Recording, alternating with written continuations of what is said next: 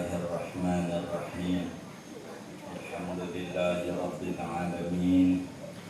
Wassalatu wassalamu ala sayyidil awwalin wal akhirin, sayyidina wa maulana Muhammadin wa ala alihi wa sahbihi ajma'in. Allahumma inna nastahdika li arsyadi amrina wa zidna ilman yanfa'una.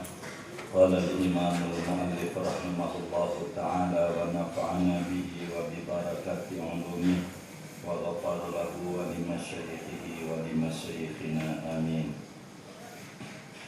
Wa man jahada wujubas salati alaihi minal mukallafina fahuwa kafirun murtadun.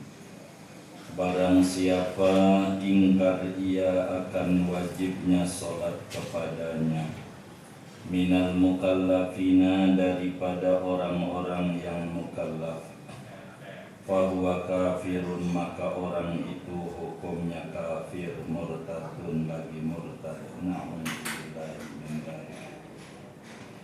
Wa yuqtalu kufran, dan dibunuh ia padahal statusnya kafir. Illam yarji' ilal islami, jika tidak kembali ia kepada Islam. Wala yusalla alaihi, dan tidak disolatkan atas dia. Wala yudfanu fi kuburil muslimin, dan tidak dikubur pada tanah pekuburan orang-orang muslim. Fa illam yajhad wujubaha, maka jikalau tidak ingkar ia akan kewajiban salat, wa akharaha an waqtiha bila udhrin, dan ia menunda-nunda salat keluar daripada waktunya tanpa ada uzur, fahuwa mu'minun, maka dia orang yaitu statusnya masih mukmin, fasiqun, namun dia berdosa. Lakinnahu yuqtalu bi syurutin madhkuratin fil mutawwalati, akan tetapi dia itu dibunuh dengan syarat-syarat yang diterangkan fil mutawwalati, pada kitab-kitab yang dipanjang lebarkan pembahasannya. Wallahu a'lam bishawab. Ibu-ibu sekalian, kajian kita petang hari ini akan membahas tentang hukum orang yang meninggalkan sholat. Orang yang meninggalkan sholat itu ada dua kemungkinan. Bisa saja meninggalkan sholatnya karena uzur, bisa saja meninggalkan sholatnya tidak ada uzur. Uzur itu alasan yang dibenarkan oleh agama yang menyebabkan tidak dosa, namanya disebut uzur.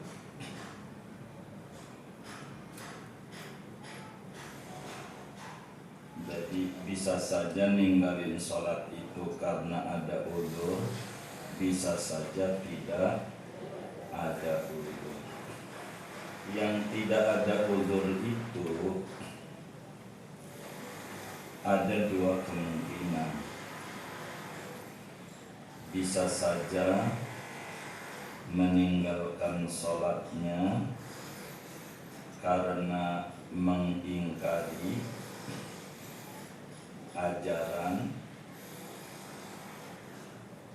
dan bisa saja karena malas.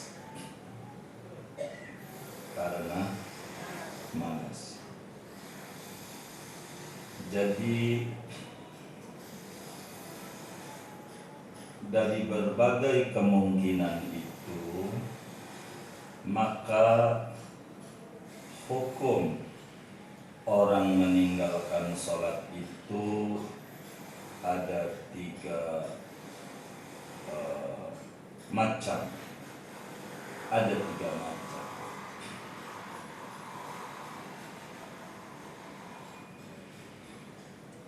Pertama, bila mana orang itu meninggalkan sholat disebabkan ada uzur,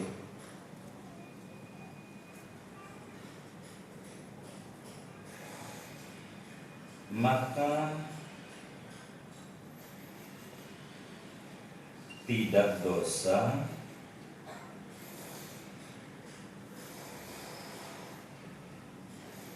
namun wajib diqadha.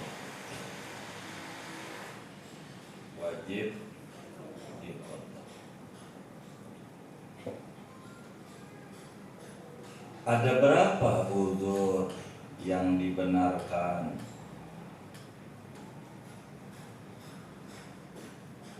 Jawabannya ada dua.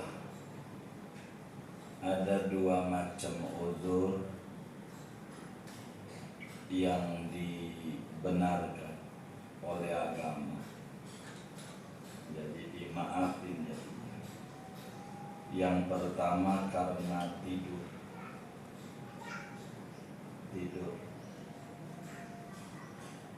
Yang kedua karena lupa. Dua ini nih yang dimaafin. Pertama tidur, yang kedua lupa.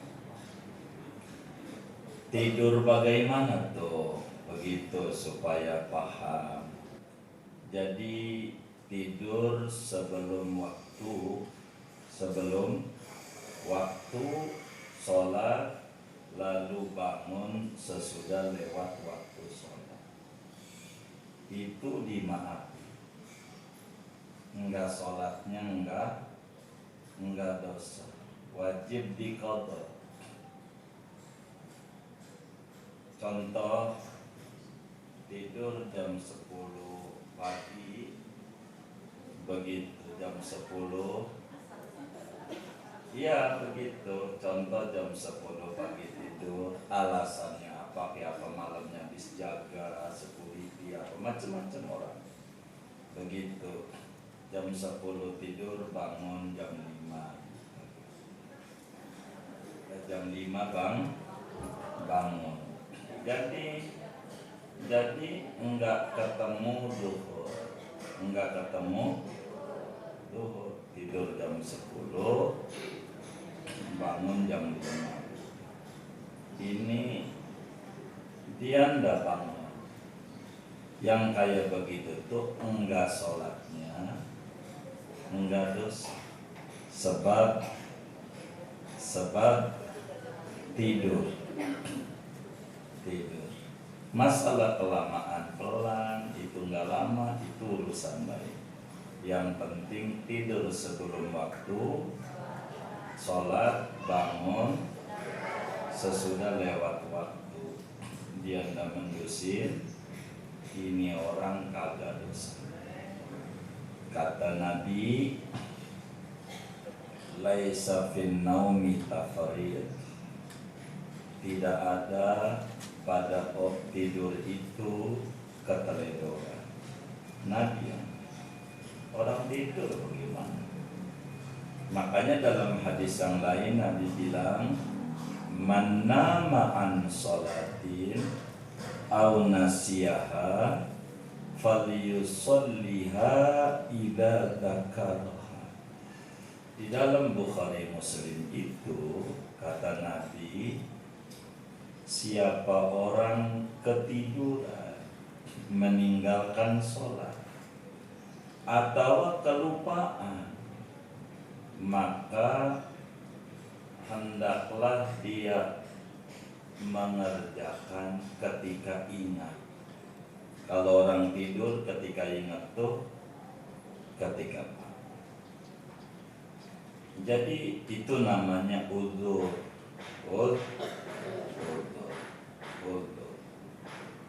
Kalau udah waktu, udah masuk zuhur jam 12, ya kan? Zuhur jam 12 umpama. Ini bagaimana tidurnya? Dosa enggak? Dilihat. Namanya udah masuk waktu. Dia punya pikiran bangun enggak pada waktu itu atau enggak? Begitu. Bila dia enggak punya keyakinan bangun, ini jam 12 siang nih tidur, tohor lagi. Enggak punya keyakinan bakal bangun jam 2 atau setengah 3 gitu. Enggak punya dalam pikirannya. Maka dosa dia double. Pertama dosa tidur, yang kedua dosa meninggalkan sholat. Dua dosa dia. Dua dosa. Penyebab dua dosa, satu dia meninggalkan sholat begitu anggap bangun jam 5. Dua, penyebabnya dia yakin tidur ini enggak bangun pada jam sekian, yakni masih ada waktu. Jadi sehingga tidurnya menyebabkan dosa. Karena tidurnya menyebabkan dosa, maka tidurnya juga jadi dosa. Begitu. Tapi kalau dia yakin seperti pakai wecker begitu, alarm jam 2:30 bangun, maka dia tidak dosa dengan tidurnya. Tidak dosa karena keyakinan masih mengerjakan sholat, masih pada waktunya. Yang kedua, di luar tidur lupa. Ada ibu-ibu getol dia zikir luar biasa dari maghrib tuh, jadi baca Quran enak dia, begitu asik, sampai tahu-tahu adzan subuh. Saking apanya? Saking asiknya, asik zikir.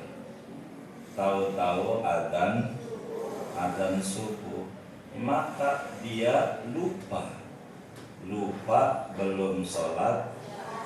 Tuh gara-gara lupa tuh enggak, namanya juga lupa. Begitu. Kalau lupanya habis nonton TV lain. Begitu. Makanya contohnya nggak nonton TV, saya kasih contoh. Itu namanya meninggalkan sholat karena udzur. Udzur sholat itu dua. Satu, tidur. Kedua, lupa. Begitu. Di luar itu ada orang enggak ada udzur. Bila meninggalkan sholat enggak ada udzur, ada dua kemungkinan. Tadi begitu, ya kan? Mungkin saja dia mengingkari ajaran agama, mungkin saja karena malas. Ini hukumnya beda-beda. Kata kitab kita tuh, waman jahada wujubas sholati alaihi minal mukallafina fahuwa kafirun murtad.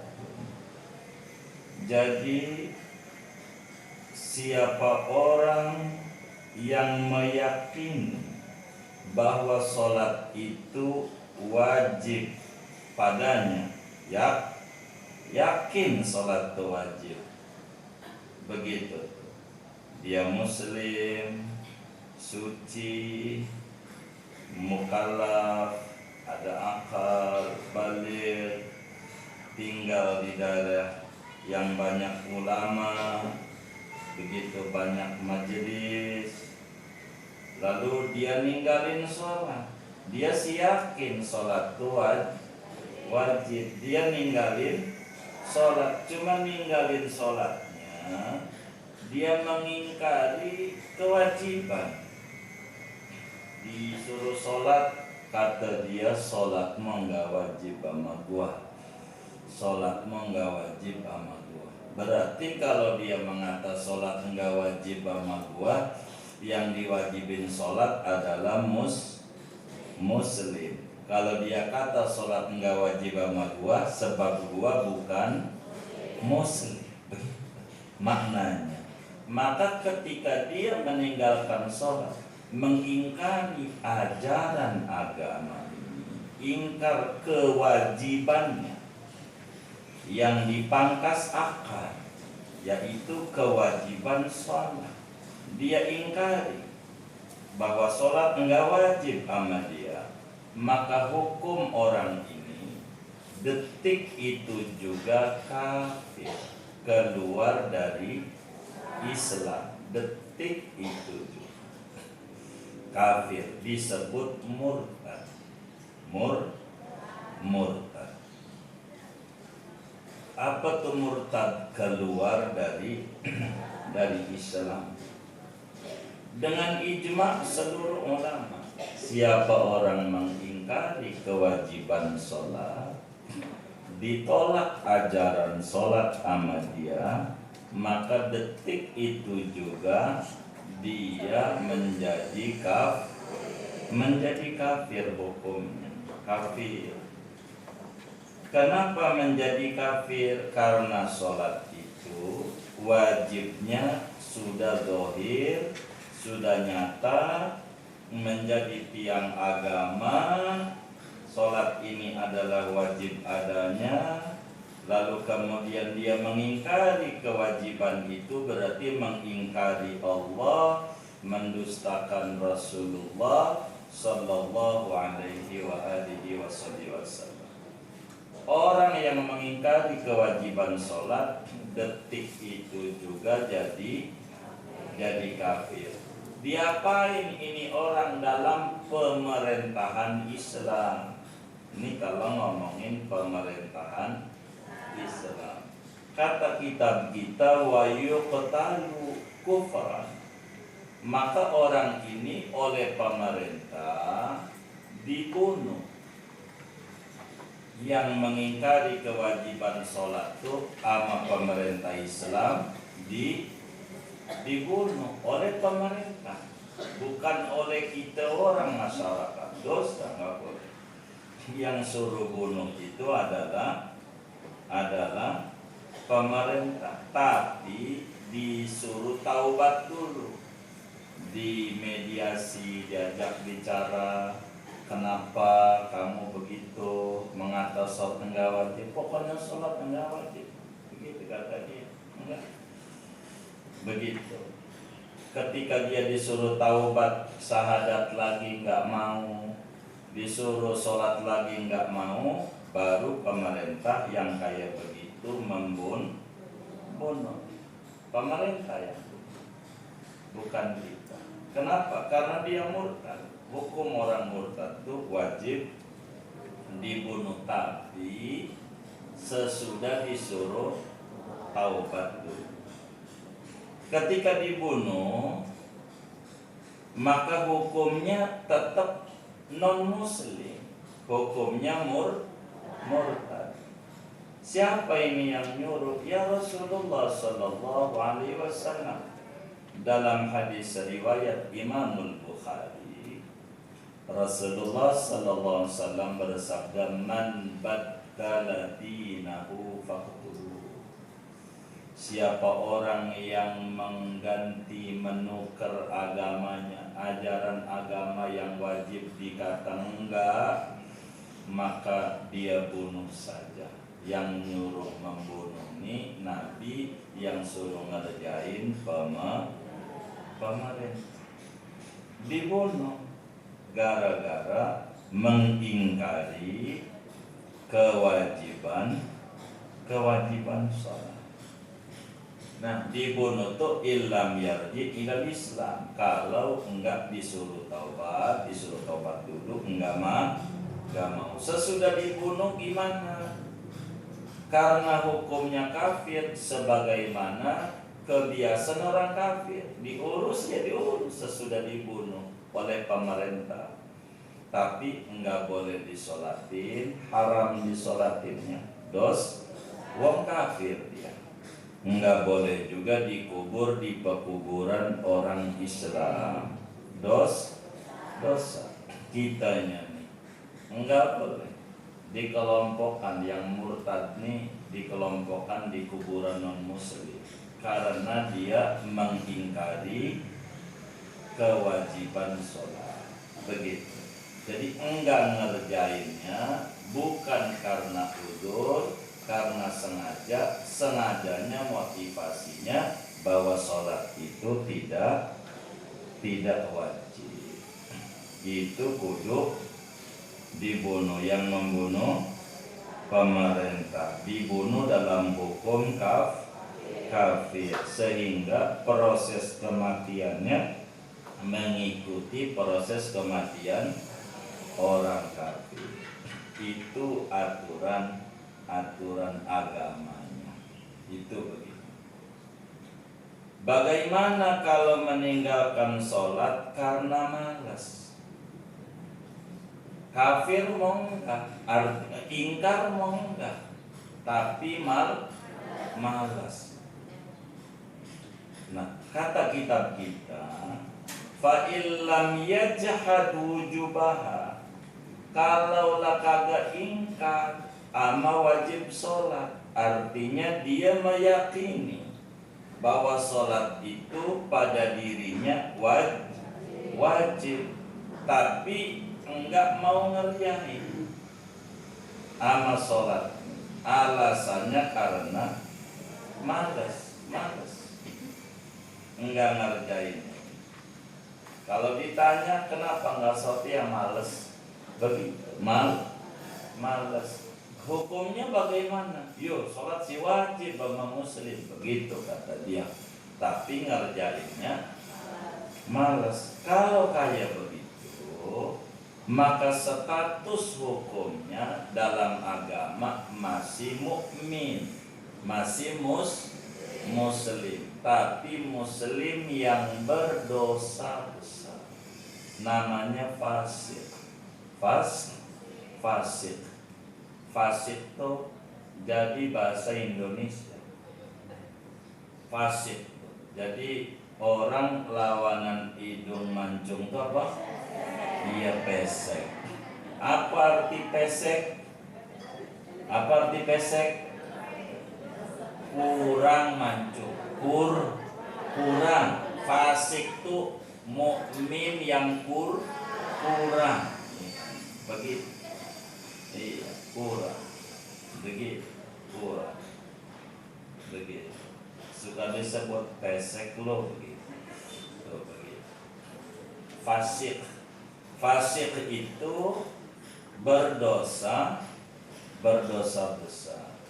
Kalau ada orang tidak ingkar terkait sholat, bahwa sholat itu pada dirinya hukumnya wajib, namun dia malas ngerjain. Kalau ditanya sholat hukumnya apa, dia kata wajib, namun tidak dikerjakan sholat itu. Ini orang status dalam kacamata agama masih muslim, tapi muslim yang fasik, berdosa besar. Jadi bila mana ada orang hidup di tengah-tengah masyarakat Islam, lalu kemudian dia udah belajar bahwa sholat itu hukumnya wajib, namun dia malas untuk mengerjakannya, maka dia disebut masih muslim tapi berdosa, fasik. Muslim fasik, berdosa. Kenapa dihukumi masih muslim? Karena dia masih meyakini kewajiban sholat, artinya akarnya tidak dipangkas. akarnya yakni wajib, batangnya doang yang nggak dikerjakan. Jadi wajib sholat itu tapi malas ngerjain. Yang kayak begini adalah masih muslim. Kalau meninggal disolatin nggak? Ya disolatin. Jangan nggak disolatin. Tapi dia nggak pernah sholat. Yang penting tanya KTP-nya. KTP-nya Islam nggak? Kalau KTP-nya Islam, berarti dia muslim. Maka dia tetap disolat. Walaupun hidupnya enggak pernah sholat. Karena ini kewajiban kita yang hidup. Urusan begitu. Urusan dia enggak sholat, itu dosanya dia. Begitu, dosanya dia. Jangan juga kita ikut-ikutan menjadi dosa dengan tidak nyolat sholat. Justru lebih butuh yang kayak begitu untuk disolati. Lebih butuh rahmat yang kayak begitu. Kudu rame-rame yang kayak begitu. Disolatinnya rame-rame. Begitu. Kalau pakai hukum akal, kiai mati nggak sholatin dah. Dia aja tuh. Cuman hukum agama bukan pakai akal, tapi pakai tuntunan. Mau dia kiai, mau dia bukan kiai, mau dosanya banyak, mau dia dikit, tetap saja kalau mati, kalau muslim disolat. Sholatin, jangan ambil dia, jangan sholatin. Salah. Sebab orang ninggalin sholat itu ada dua kemungkinan. Yang nggak ada uzur, bisa dia motivasinya enggak wajib, keyakinannya. Bisa aja motivasinya karena malas. Makanya dihukumi oleh agama bahwa mukminun fasiqun, mukmin yang fasik. Kenapa dihukumi begitu, mukmin yang fasik? Sebab Rasulullah sallallahu alaihi wa alihi wasallam dalam hadis yang sahih Sayyidina Ubadah bin Samit radhiyallahu ta'ala sebagaimana Imam Abu Dawud riwayatkan di dalam Sunan Abu Dawudnya, kata Nabi, khamsu salawatin katabahunallahu subhanahu wa ta'ala 'alal ibad. Salat 5 waktu itu di mana Allah subhanahu wa ta'ala wajibkan kepada hamba-hambanya, apalagi perempuan. Kata Nabi, faman jaa bihinna walam yudai'hunna kana lillahi ta'ala alaihi ahdan an yudkhilahul jannah. Barang siapa mengerjakan sholat 5 waktu, dipelihara dengan benar, maka dia punya sertifikat, punya label, punya garansi, punya jaminan di mata Allah bahwa dia bakalan dimasukkan ke dalam surganya Allah subhanahu wa ta'ala. Namun kata Nabi, wa man lam ya'ti bihinna, siapa yang tidak mengerjakan sholat 5 waktu itu, enggak ngerjain dia, falaisa lahu indallahi ta'ala ahdun, maka enggak punya jaminan di sisi Allah subhanahu wa ta'ala. Insya'a adzabah, kalau Allah mau ya dia disiksa karena dia melanggar, ya wa insya'a adkhalahul jannah, kalau Allah mau dimaafkan, emang dia juga hambanya, terserah Allah. Mau dimaafkan, Allah Maha Pengampun, mau dihukum, emang dia melanggar peraturan Allah. Artinya Nabi enggak mengata dia kafir, pasti neraka, enggak. Maka orang yang ninggalin sholat alasannya karena malas itu, catatan agamanya masih muslim. Masukin ke neraka itu mata terserah Allah. Kata Imam Ibrahim Al-Laqani, wa man yamut walam yatub min dambihi fa amruhu mufawwadun min rabbih. Siapa mati belum bertaubat dari dosa dia, urusannya terserah Allah. Mau dihukum dia melanggar, mau dimaafin dia hambanya, tapi masih mukmin. Namun apa hukum dunianya?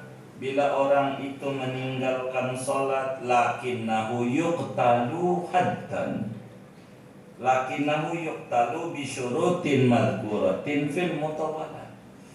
Akan tetapi yang gak sholat itu di dalam tata aturan hukum Islam oleh pemerintah, itu orang yang gak sholat nih wajib pemerintah bunuh dia. Orang yang gak sholat dalam pemerintahan Islam, tapi ada syarat-syarat dan aturannya, enggak langsung dibunuh oleh pemerintah, enggak langsung. Digimanain dulu. Ketika orang dohor dilihat masih nongkrong aja, dohor sampai asar nongkrong, maka pemerintah pertama harus positive thinking. Jangan-jangan dia musafir, jangan-jangan artinya bisa dijamak sholat itu. Tuh begitu, karena bisa aja dohor ini dijamak akhir dengan asar, tapi sampailah maghrib dia nggak sholat. Maka kemudian sama pemerintah ciduk orang kayak begini. Tugas pemerintah itu tugasnya kayak begitu, menegakkan aturan. Diciduk orang ini, kemudian disuruh taubat, ayo taubat gitu. Di yang nggak sholat, dia suruh taubat, kemudian dia nggak mau. Taubatnya bagaimana? Suruh dikodok, ayo dia depan di polisinya sholat. Lawang polisinya aja nggak sholat. Ini bapak polisi suruh dia lihat sholat. Kalau dia nggak mau, maka oleh polisi yang kayak begini dihukum. Hukumannya dibunuh. Dibunuhnya bagaimana? Dipenggal leher, dipisah dengan badannya. Itu begitu. Sesudah dibunuh nih orang oleh pemerintah Islam, orang nih nanti diurus, dimandikan, dikafani, disolatkan, dikubur di pekuburan muslim. Kenapa harus begitu? Saking sayangnya Islam aturan itu kepada pemeluk. Daripada umurnya manjang banyakin dosa, maka dia harus ditutup. Begitu, karena bakal mempengaruhi. Itu yang menegakin begitu tuh pemerintah. Alhamdulillah pemerintah kita ini pelan-pelan sudah memakai hukum-hukum Islam, tapi belum seluruhnya. Jadi ada namanya Dirjen Haji. Ini haji diurus oleh pemerintah. Mungkin ada duitnya kali ya.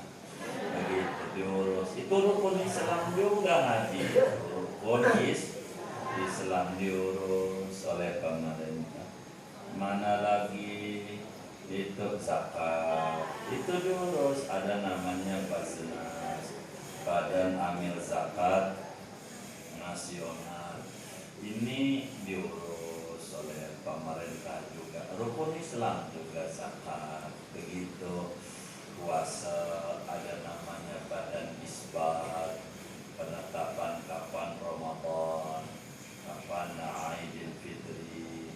Ini begitu. Sholat ini harus ada pemerintah nyuruh orang sholat, begitu agar supaya tegak aturan-aturan agama. Nggak boleh kita yang kuno masyarakat sana, dosa gitu. Itu urusannya pemerintah. Karena kalau pemerintah berbuat apa saja enggak dihukum. Kayak Satpol PP itu ngobrak ngabrik di warung kaki lima, dihukum enggak?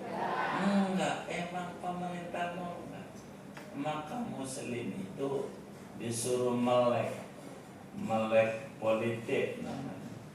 Kenapa? Kalaulah muslim itu jauh dari politik, tidak mau duduk-duduk, maka yang memproduk undang-undang adalah orang-orang yang tidak cinta Islam. Akhirnya muslim hanya jadi tukang dorong saja. Begitu, tukang dorong metro mini mogok. Udah jalan mah ya ditinggal dorong-dorong. Nah, kita harus ada orang-orang baik yang duduk. Jangan dilarang orang berbicara politik, silakan. Karena memang Islam ini nggak bisa dipisah daripada individu muslim. Nggak bisa, nggak boleh ngomongin agama gitu dalam politik. Aduh, nggak boleh ngomongin agama, itu salah dia, salah. Orang Islam ini sampai cebok aja diatur. Jangan bawa agama di WC. Begitulah. Nggak mau bawa kemana, orang agama itu melekat pada diri muslim. Maka muslim itu harus memiliki kepedulian pada agamanya, juga pada bangsa. Itu begitu. Maka Islam itu dari dulu menyuruh jangan golput. Golput itu dosa. Dosa. Kita harus milih. Siapa yang dipilih itu bagaimana kita memiliki keyakinan kriteria yang baik-baik. Ini adalah hal yang paling pokok.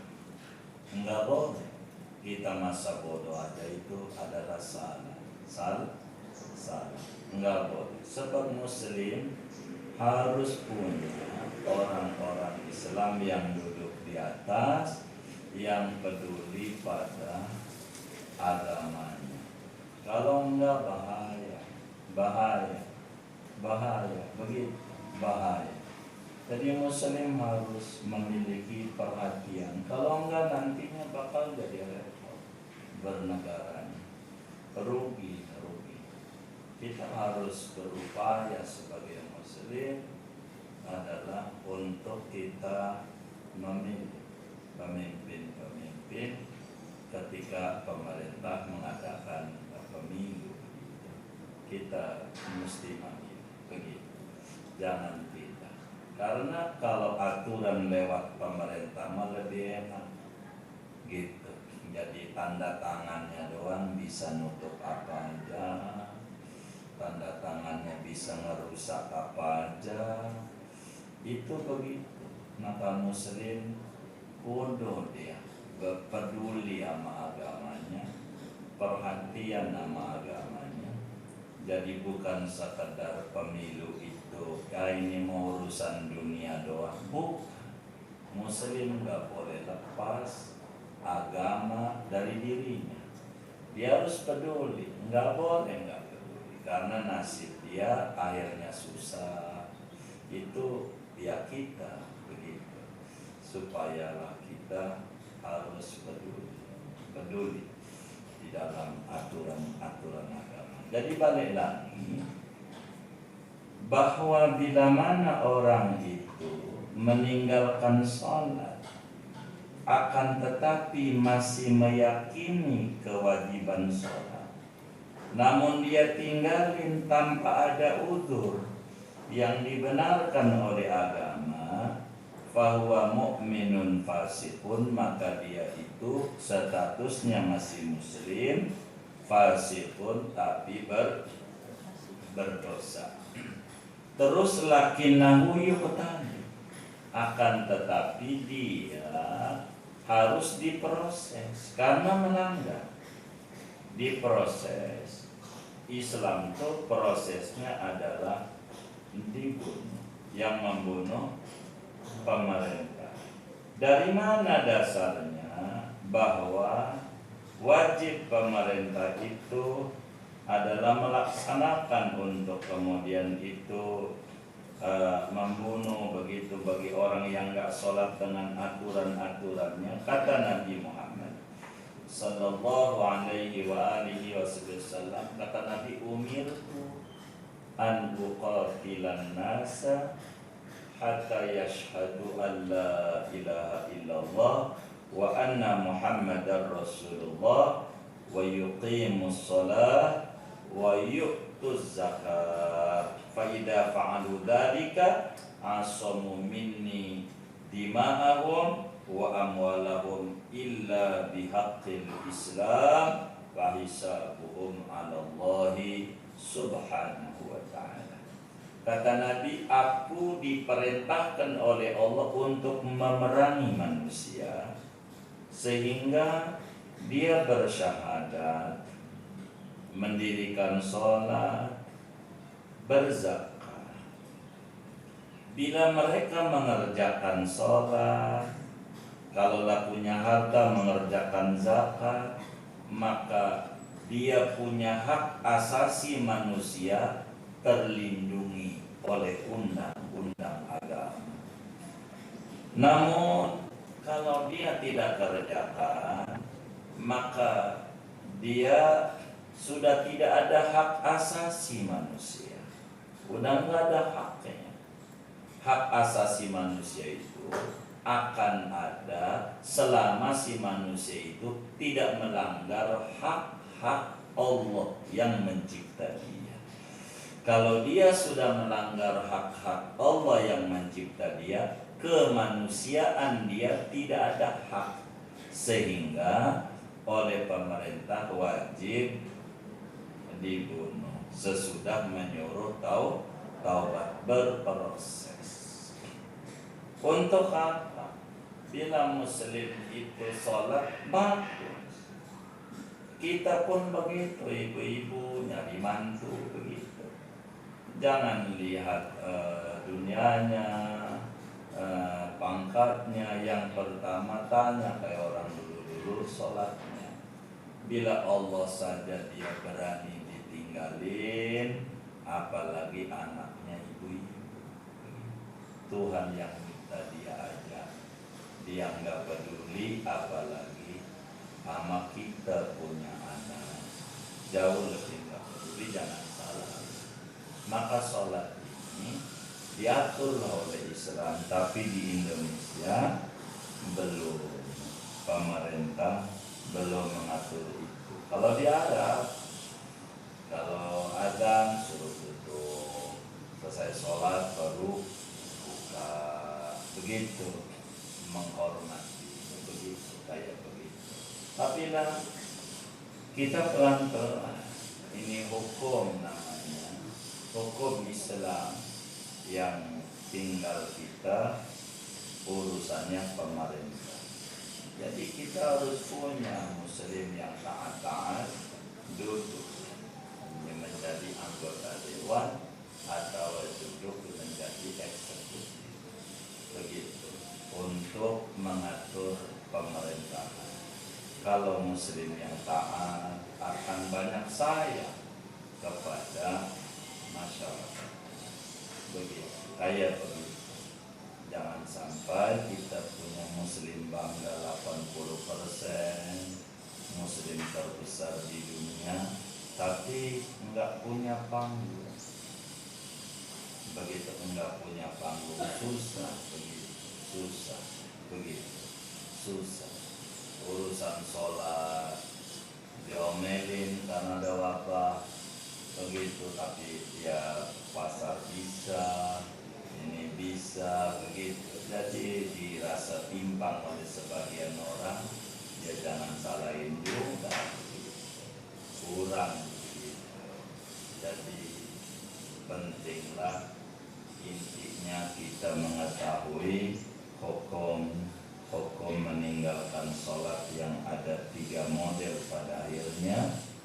bisa meninggalkannya karena ingkar, bisa meninggalkannya karena tidak ingkar bisa karena udzur, bisa juga karena malas. Semuanya ada aturannya. Tapi di sini disebut bisyurutin madhkuratin fil mutawalat. Syarat-syaratnya, aturannya banyak.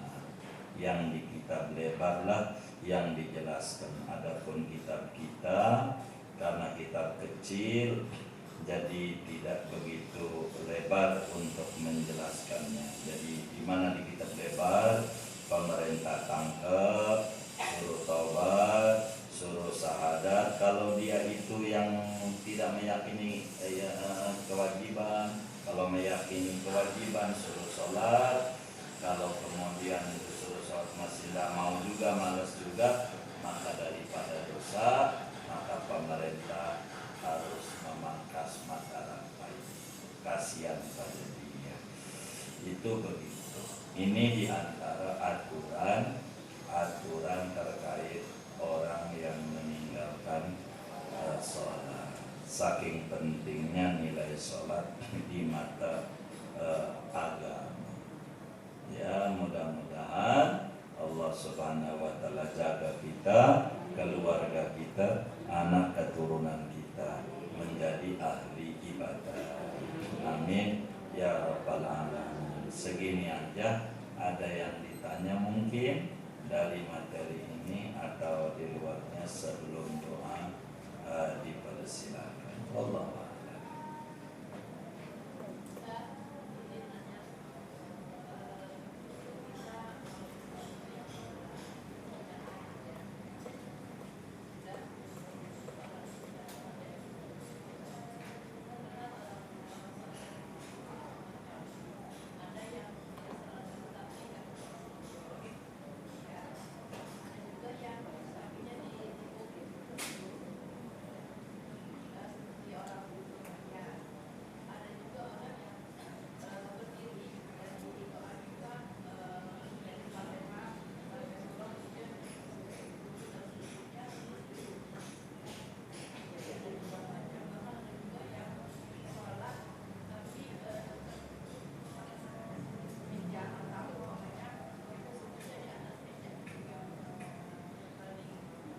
Iya, agama ini adalah memberi banyak kemudahan kepada pemeluknya. Allah Subhanahu wa Ta'ala berfirman, la yukallifullahu nafsan illa wus'aha. Allah Subhanahu wa Ta'ala tidak menugasi jiwa orang kecuali yang mampunya. Dan Allah jelaskan pada ayat yang lain, yuridullahu bikumul yusra wa la yuridu bikumul usra. Allah menghendaki kemudahan buat Anda, tidak menghendaki kesulitan. Karena itu agama mengatur di mana berdiri ini adalah wajib adanya dalam sholat fardu. Nabi bilang dalam hadis yang sahih, sholli qa'iman, Anda sholat kudu berdiri pada sholat wajib ini. Kalau enggak diri tentu dosa, kecuali dan tentu tidak sah kecuali ada uzur. Bagaimana kalau kita enggak mampu diri? Maka diatur. Ini orang ini enggak mampunya apa? Ini yang harus dilihat. Kalau dia enggak mampu diri, kemampuan dia banyak. Kalau diri doang gak mampu, duduk masih bisa, miring masih bisa, terlentang masih bisa, ngedip masih bisa. Masih banyak kebisaan di yang lain. Maka yang mendekati dulu, enggak bisa diri, maka sholatnya sambil duduk. Duduk ini urusan diri, hubungannya tidak hubungan dengan sujud, tidak hubungan dengan ruku, tapi hubungannya dengan diri atau pengganti diri. Begitu. Pengganti diri itu adalah duduk. Pengganti sujud apa? Entah, lain aturan. Kita diri dulu. Enggak bisa diri, kita disuruh duduk. Bagaimana duduknya? Yang terbaik kalau sholat itu nggak bisa diri, satu dan lain hal penyebabnya, maka duduknya yang bagus adalah iftirash. Iftirash itu duduk tasyahud awal. Semuanya tuh duduk tasyahud awal itu ini cuman ngeganti diri yang nggak bisa, ngeganti diri yang nggak bisa, maka kudu duduk tasyahud awal itu kalau bisa. Kalau nggak bisa, duduknya mau belonjor enggak apa-apa, silakan saja, karena memang dia tidak bisa. Begitu duduknya, jadi kakinya belonjor ke depan, enggak jadi masalah. Ini urusan daripada diri berubah menuju kepada duduk. Begitu, itu duduk. Namun bagaimana dengan sujud? Sujud punya aturan tersendiri, sebagaimana berdiri punya aturan tersendiri. Enggak bisa diri, suruh duduk. Ini diri, bukan enggak bisa sujud. Enggak bisa diri, suruh duduk. Begitu. Bagaimana sujud? Sujud diatur lagi oleh agama. Sujud itu kudu menempelkan jidat ke tempat atau ke sejadah, kalau kita ke bumi. Itu namanya disebut sujud. Kalau jidatnya nggak ditempelin ke bumi, namanya bukan sujud. Sholatnya jadi tidak sah, kecuali dia nggak bisa untuk sujud, susah dia. Begitu susah. Jangan sampai kita dari rumah nenteng-nenteng kursi sampai masjid duduk begitu. Jangan begitu, jangan. Kita harus belajar dengan benar. Jadi sujud aturannya tersendiri, kudu sujud. Kalau ibu duduk, bisa nggak sujud? Begitu, sujud. Dites di rumahnya, bisa nggak sujud? Kata dia, saya sujud bisa. Cuma habis sujud ini nggak bisa diri. Nah, kalau habis sujud nggak bisa diri, ya udah duduk sholatnya sambil duduk, begitu. Tapi jangan sampai nggak sujud, begitu. Karena ada aturan sujud, aturan sendiri, ruku aturan sendiri. Kecuali dia nggak bisa ruku juga, nggak bisa sujud juga, ini nggak bisa. Kita sholat hanya melihat apa yang orang kerjakan tanpa mengkaji, begitu. Jadi kudu sujud. Kecuali kalau kita sujud nih, udah sujud, cuman menuju diri nggak bisa sendiri, kudu dibantuin. Kalau didiriin habis sujud nih, didiriin bisa diri, maka agama bilang wajib sewa orang untuk ngediriin dengan harga yang wajar. Begitu, wajib untuk ngangkat diri. Bila dari sujud untuk diri tidak bisa, kecuali harus dibantu untuk diri. Begitu, untuk diri. Jadi kalau kita masih bisa diri jalan, kecuali kata kita, saya nggak bisa sujud, susah, bermasalah pada dengkul saya. Begitu. Tapi diteslah kita duduk sholatnya di rumah, mohon maaf dites dulu sambil duduk. Kalau sudah kita bisa sholat sambil duduk, sujud kita bisa nempelin jidat itu, maka kita wajiblah sujud nempelin jidat. Kalau jidatnya nggak nempel, bukan sujud namanya. Begitu. Jadi kudu ditempelin tuh jidat. Begitu tuh. Nah, masalah di kita, kalau kita nggak bisa, udah berupaya, begitu, untuk sujud kita nggak bisa, baru mentok orang kayak begini sebisa dia sholatnya. Itulah yang dia bisa, sebisa dia. Jadi dengan rukuknya sama sujudnya dibedakan, begitu. Kalau memang tidak bisa sama sekali, makanya saya bisa sujud, tapi kalau belonjor bisa, belonjor itu kaki kiblat, di tengahnya sujudnya, silahkan itu dikerjakan. Itu jauh lebih menyehatkan dia dari penyakitnya. Sebab di sini nih ada sel darah putih yang kalau nggak ditempelin jidatnya banyak nyenut di pikirannya. Begitu penyakitnya tambah banyak dan tambah parah. Menempelkan jidat itu paling tinggi ganjarannya, paling tinggi. Jadi dites saja. Adapun orang lain kita ngelihat ada orang sholatnya duduk pakai kursi, mungkin dia bisanya begitu kalau orang lain. Tapi kita harus mengukur diri, bisakah kita sujud tuh nempelinnya?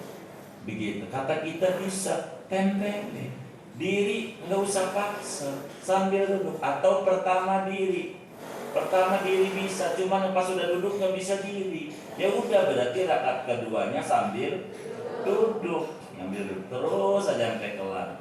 Kayak begitulah agama. Pokoknya kenapa orang ini disuruh mengkaji, belajar supaya ibadah tuh jangan ngira-ngira sendiri, tapi harus berdasarkan tuntunan dan arahan. Sebab dengan ilmu menghilangkan kebodohan diri, juga kebodohan orang lain. Dengan ilmu akan mendandani diri dan juga bisa mendandani orang lain. Ini yang paling pokok. Jadi dilihat, adapun masalah dia gelonjor, tergantung pada sisi orang. Kalau masih bisa duduknya iftirash, maka sholat sambil duduknya adalah iftirash. Itu yang paling tinggi dari sisi ganjarannya, pada sisi tataran teknis, tapi tidak wajib. Kurang lebih demikian. Allah a'lam.